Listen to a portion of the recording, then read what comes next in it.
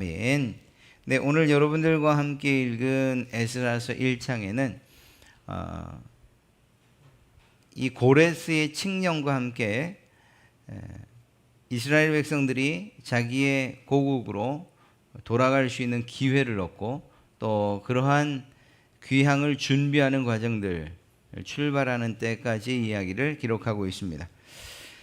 이 바벨론이라고 하는 나라, 이 거대한 나라가 사실은 어이없이 무너지는데 통치자들의 그러한 사치와 향락으로 인해서 허무한 몰락의 길을 가게 됩니다. 벨사살이 호화스러운 잔치를 벌이는 동안에 성 안에 거주하던 거주민들이 안에서 성문을 열어주고, 그래서 결국은 페르시아 군대가 쳐들어와서 바벨론을 함락시킬 수 있었던 것이죠. 고레스는, 이 페르시아 왕 고레스는 바벨론 정복을 축하하기 위해서 한 가지 조서를 발표하는데, 그것이 무엇이었는가? 바벨론과 내가 다스리는 이 통치의 방식은 다르다는 것을 보이기 위해서 바벨론에 강제로 끌려와서 정착하며 살던 모든 민족에게 각자 조상의 나라나 고향으로 돌아가도 좋다는 이러한 칙령을 발표합니다.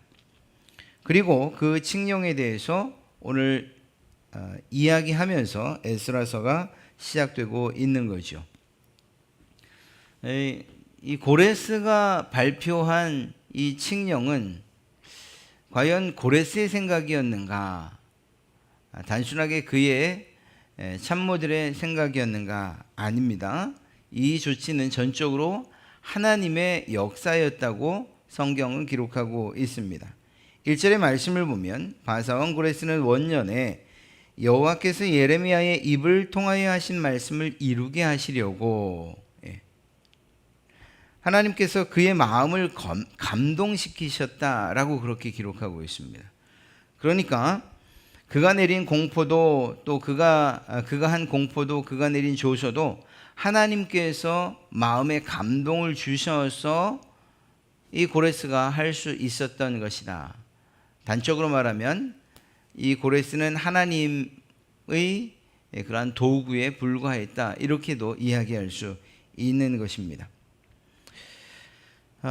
사실은 그것만으로는 이스라엘 사람들이 혹은 또 다른 여타 민족들이 자기의 고향으로 돌아가는 일들이 그렇게 쉽지 않았을 것입니다.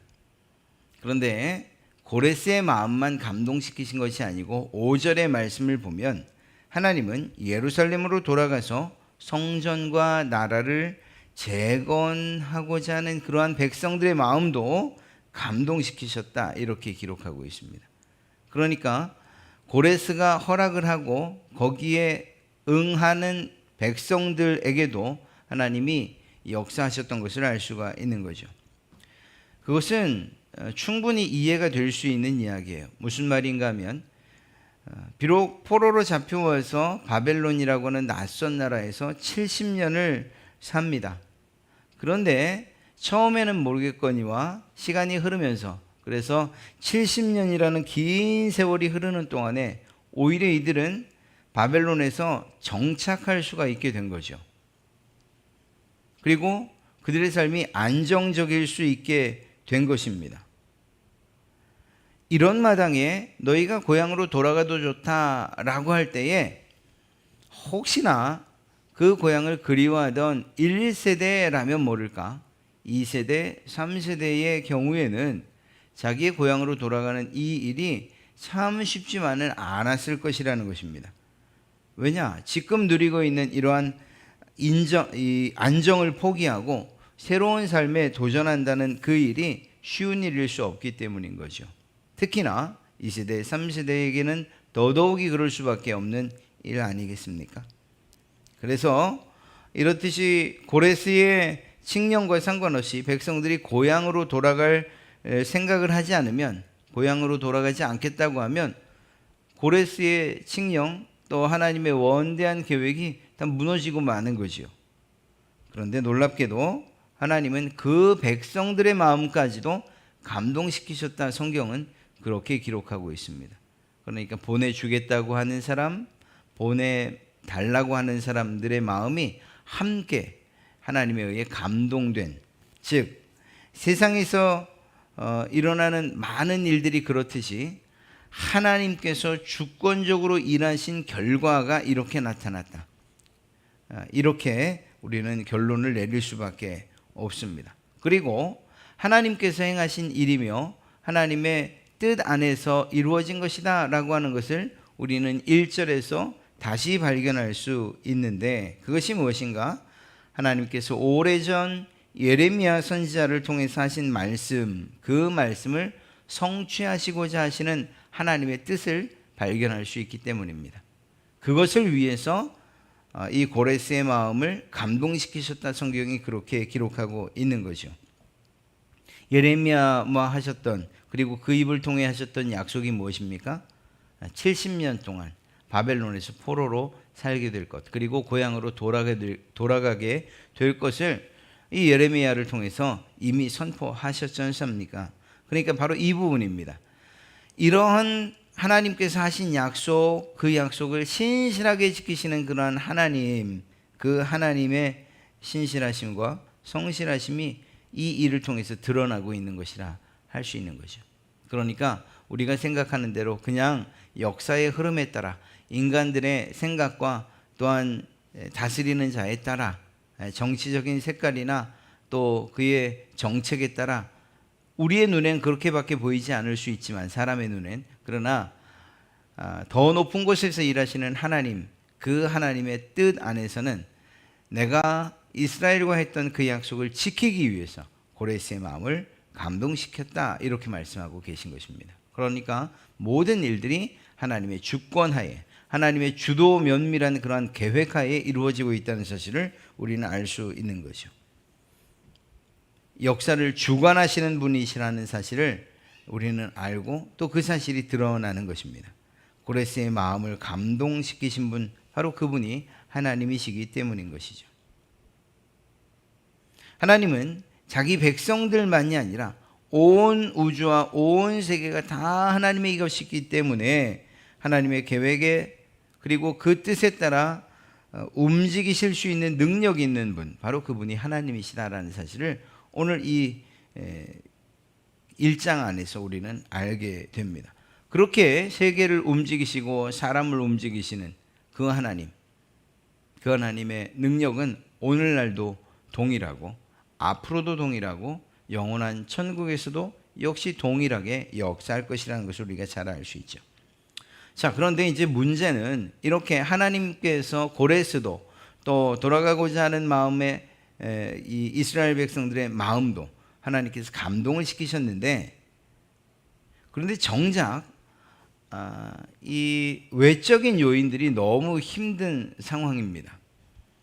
귀향민에게 필요했던 것, 그것은 역사를 주관하시는 역사를 주관하시는 하나님에 대한 큰 믿음이 필요했을 것이고, 또 그 믿음은 하나님께서 감동을 주셔서 생길 수 있었을 것입니다.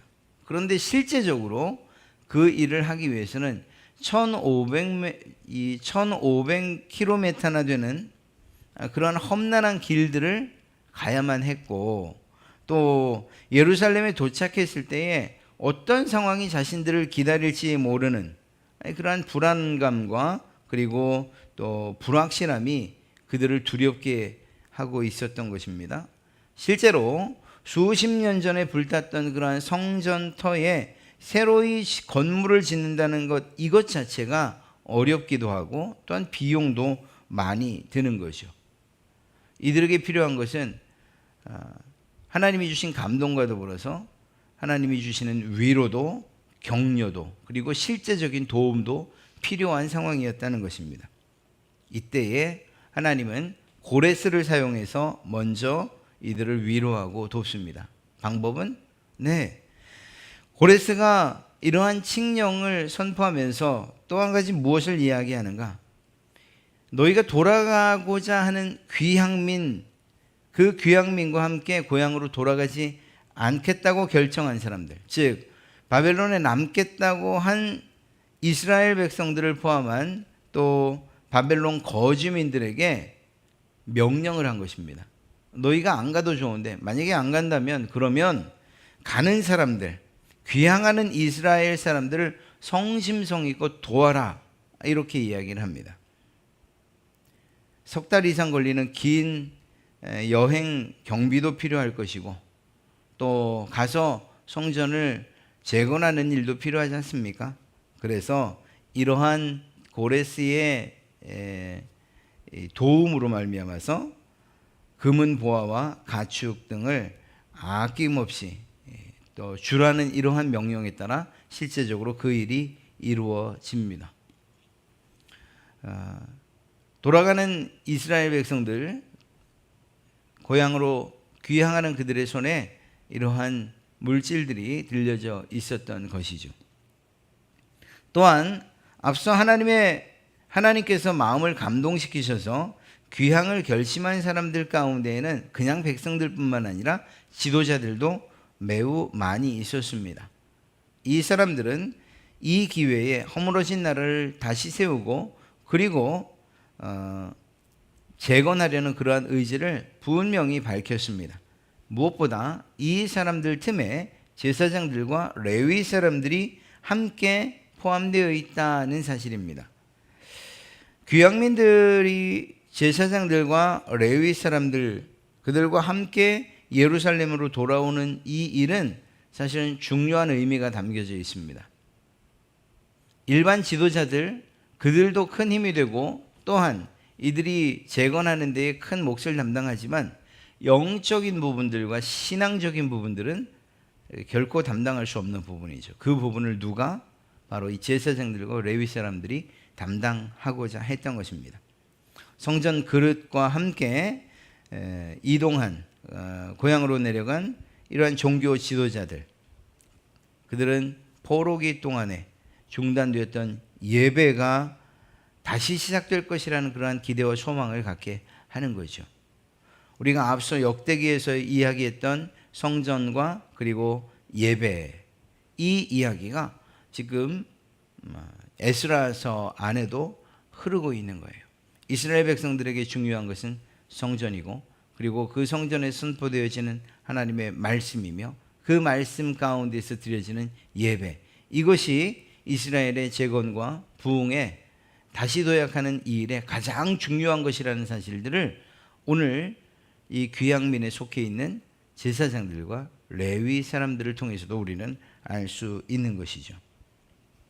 그런 점에서 볼 때에 이스라엘 백성들이 다시 회복하는 이 일에 단지 사람들 또 고레스가 보는 그러한 측면들 뿐만 아니라 더 중요한 중심에 흐르는 그러한 신앙과 영적인 부분이 있구나 하는 사실들을 우리는 깨닫게 됩니다. 그리고 그것이 더 중요한 성전 재건 또한 나라의 부흥과 관련되어 있다는 사실들을 우리는 이미 오늘 1장에서 알게 돼요. 그리고 그것들을 사실인가 아닌가 하는 것들을 이렇게 가리는 그러한 마음으로 증명해가는 마음으로 내일부터 또 2장 이후를 살펴보면 좋겠습니다.